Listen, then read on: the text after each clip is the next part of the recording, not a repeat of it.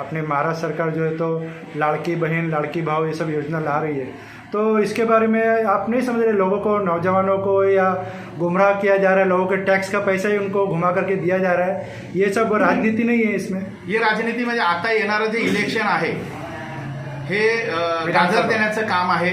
शासन हे गाजर देण्याचं काम करत आहे की बाबा ही लाडकी बहीण, बऱ्याचशा अशा योजना आहेत की आता असे फुपावून देत आहेत की बाबा हे तुम्हाला देतोय, मी तुम्हाला ते देतोय, परंतु आताचा जो मतदान आहे, मतदाता आहे तो फार शुद्ध आहे। येणाऱ्या काळात त्यांचं उत्तर त्यांना नक्कीच मिळेल। आम्हाला तुमची लाडकी बहीण योजनेचं काही गरज नाही। अहो आमचे खड्डे बिड्डे आहेत हे बंद भरा ना। नहीं, जो पैसा अभी लोगों को फ्री में बांटने के लिए लोगों को टैक्स का ही पैसा उन्हीं को घुमा के दे रहे, वही पैसा अगर ये एजुकेशन और हॉस्पिटल में इस्तेमाल करे तो बऱ्याच जणांचे प्राण वाचतील, शिक्षणासाठी चांगला दर्जा निर्माण होईल। तुम्ही शाळा कॉलेज तसेच हॉस्पिटल तयार करा ना, लोकांना ते फ्री द्या। आज लाईटचं, इथे लाईटचा इतका प्रॉब्लेम आहे, हा इथे एवढी लाईटची लूटमार होत आहे, त्याच्यावर काहीतरी करा। 1,500 रुपये देऊन तुम्ही आमच्या तोंडाला पाणी पुसण्याचं काम करत आहात, हे चुकीचं आहे। यानी कहीं ना कहीं ये पैसा दे करके वोट लेने की राजनीति है। नक्कीच नक्कीच नक्कीच।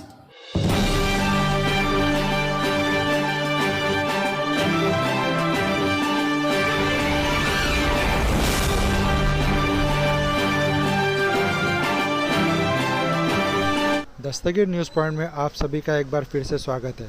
नायगांव जुचंदर में आज राष्ट्रवादी कांग्रेस पार्टी के अध्यक्ष शरद पवार साहब, जयंत पाटिल साहब, सुप्रियताई, जितेंद्र आवाड साहब, सुनील भोसारे साहब प्रभारी, इनके मार्गदर्शन में जिला अध्यक्ष मनोज मात्रे द्वारा महाराष्ट्र माइनॉरिटी सेल के सलीम बाबा, विद्यार्थी सेल के राम मयूर जिला अध्यक्ष, उत्तर भारतीय जिला अध्यक्ष प्रेम लाल यादव, वसई विरार, इन सब की उपस्थिति में मोहम्मद इस्माइल पटेल जी ने एनसीपी में प्रवेश किया और वसई विरार के हालात पर जिला अध्यक्ष मनोज म्हात्रे साहब से क्या कुछ आगे चर्चा हुई, आगे आप वीडियो में देखेंगे।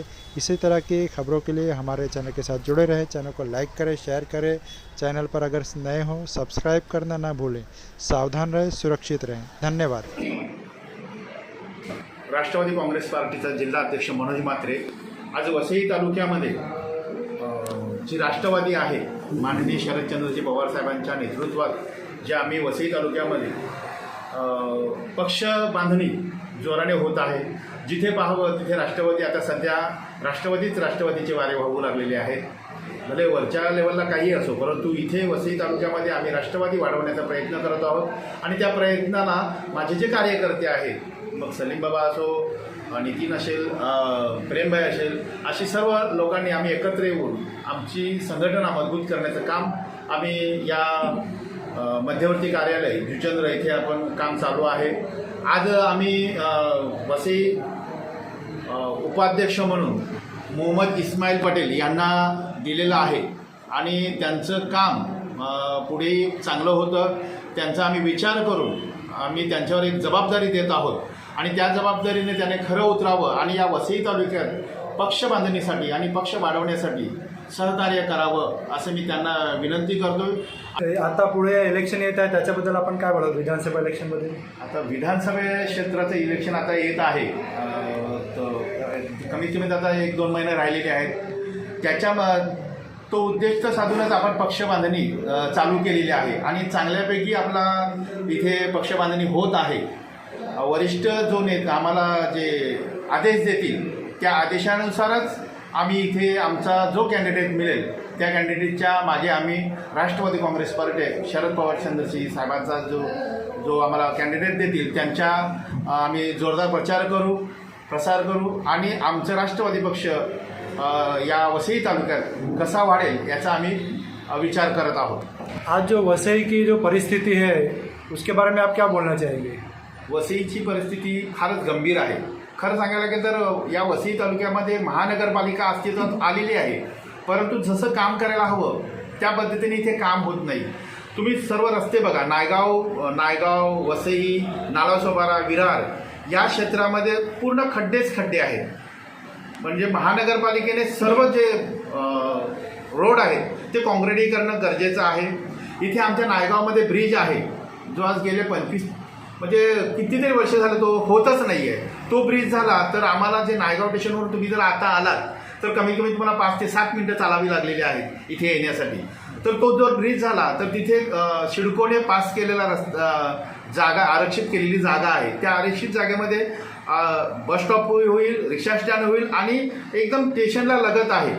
जर ते झालं तर नक्कीच नायगावकरांचं चांगलं होईल. तसंच या वसई तालुक्यामध्ये खूपच दुर्दैवी अशी गोष्ट आहे की इथे महानगरपालिकेचं हॉस्पिटलच नाही आहे.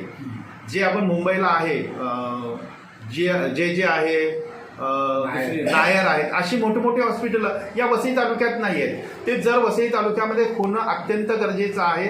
ते जर झालं तर वसई तालुक्यातील जे इथून जे रुग्ण आहेत नेताना ॲम्ब्युलन्समध्येच त्यांचा प्राण गमावला जातो, त्याला कुठेतरी आडा होऊन म्हणजे कुठेतरी बंद होईल आणि वसई तालुक्याचं जे प्राण जे जात आहेत ते वाचतील. आणि म्हणून मी महानगरपालिकेलाही विनंती करतोय आणि शासनालाही विनंती करतोय की बाबा रे, आता खूप झालं, आपण आता आमच्या वसई तालुक्यासाठी एक सुसज्ज असं हॉस्पिटल द्या, त्यासाठी जागा द्या. महानगरपालिकेकडे आरक्षित जागा भरपूर आहेत, त्यांनी त्या जागा आपल्या ताब्यात घेऊन त्याच्यावर शासनाचे काही नेम हे आहेत, जे हॉस्पिटल काही ज्या प्रोसिजर आहेत त्या केल्या तर महानगरपालिकेच्या आत्ताच ते जमा करायला हवेत. नाहीतर बिल्डर ते सर्व घेऊन त्यावर आपली बोर्ड हे करून आणि छोटेसे पैसे देऊन आपलं त्या जागा नष्ट करतील. स्कूल वगैरह की भी यहाँ पे परिस्थिति देखी जाती है. सरकारी डिपार्टमेंट का हाल बहुत ज़्यादा बुरा रहता है. प्राइवेट स्कूल में आप अच्छी फैसिलिटी देखते हैं, जो कि गवर्नमेंट के पास ज़्यादा पैसा है, फिर भी यहाँ पे स्कूल वगैरह में लोग प्राइवेट में ही डालना पसंद करते हैं, क्वालिटी यानी कि एजुकेशन अच्छा न मिलने का. तो इसके बारे में आप क्या बोलना चाहिए? आता काय सांगणार, महाराष्ट्र शासनाने आपल्या ज्या मराठी शाळा आहेत त्या वाचवण्याची गरज आहे. मग ती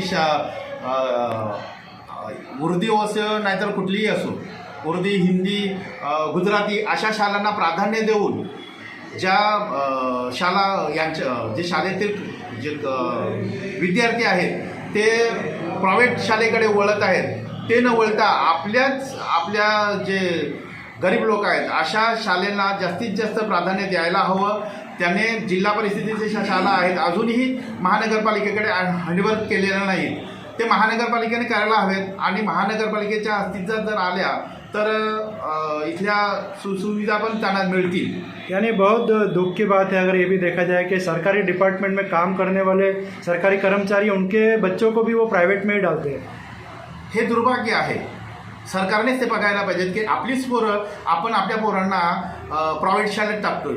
म्हणजे आपली शाळेत आम्हीसुद्धा मराठी शाळेत शिकलेलो आहोत. आता जेवढी आपण जी वरिष्ठ लोक आहेत, वृद्ध आहेत, ते सर्व मराठी शाळेतच शिकलेत ना.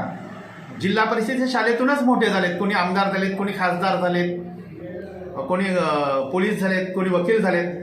पण आज आपलं दुर्दैव असं आहे की ही शाळा बंद होण्याच्या मार्गावर आलेली आहे. अशा बऱ्याचशा शाळा आहेत की ज्या बंद होण्याच्या मार्गावर आहेत. शासनाने ह्याच्यावर जास्तीत जास्त जोर देऊन आपल्या या मराठी शाळा वाचवण्याची गरज आहे. आणि ह्याच्यावर महानगरपालिका आपल्या अस्तित्वात आलेली आहे, त्या महानगरपालिकेने सुद्धा याच्यावर विचार करायला हवा. आणि ज्या प्रायव्हेट शाळा आहेत, ज्या बरेचसे अनधिकृत आहेत, उसमें फीस बहुत, प्राइवेट स्कूल में इतनी ज़्यादा फीस, बहुत ज़्यादा लोगों को यानी कि दिक्कत आती है, पेरेंट्स को दिक्कत आती है. फीस नहीं भरने पे यानी कि बच्चों को एग्ज़ाम में नहीं बैठने दिया जाता है. तो अगर वही जो आप बोल रहे हैं मतलब कि अगर सरकारी स्कूल अच्छी यानी तरीके से चलाया जाएगा तो लोगों को प्राइवेट स्कूल में जाने की ज़रूरत नहीं पड़ेगी. नक्कीच. माझं तर मत आहे की शिक्षक चांगले आहेत, शिक्षक चांगले आहेत, वर्ग चांगले आहेत, परंतु आपल्या विचारधारणा बदललेली आहे. मोहम्मद इस्माइल पटेल साहब, आपको आज जो राष्ट्रवादी की तरफ से जो पद मिला है जिला उपाध्यक्ष का, उसके बारे में आप क्या बोलना चाहेंगे? उसको किस तरह से निभाने की कोशिश करें? बिस्मिल्लाहिर्रहमानिर्रहीम. अकबर. मैं अपने जो पद मिला है, मेरे जितनी भी कोशिश होगी इंशाल्लाह मैं उसमें खड़ा उतरूँगा और लोगों के लिए काम करूँगा और दिल से करूँगा और लोगों को फ़ायदा बताने की कोशिश करूँगा. जितनी भी प्रॉब्लम है अभी जैसे कि अभी आपने देखा कि ये अभी इनका इंटरव्यू भी चालू था तो उसके दरमियान में भी लाइट गई. हाँ. तो अंधेरे में इंटरव्यू हुआ. हाँ, तो ये सब सब प्रॉब्लम है ना, ये सब हल होना चाहिए ना. ये सब हम हल करने की कोशिश करेंगे। जितना भी प्रॉब्लम है वसई में और नाला सुपार है, विरार, नायगांव, जितना भी हमारे हिस्से में आता है उतना हम कोशिश करेंगे उसको अच्छे से अच्छा बेहतर बनाने की कोशिश करेंगे और कामयाब हो गए और इस पार्टी को बहुत ताकतवर और आगे बढ़ाने की कोशिश करेंगे और मजबूत बनाने की कोशिश करेंगे इंशाअल्लाह। यानी लोगों को तकलीफ दूर करने का आप काम जरूर करेंगे। जरूर जरूर इंशाअल्लाह करेंगे, दिल ताकत से करेंगे इंशाअल्लाह।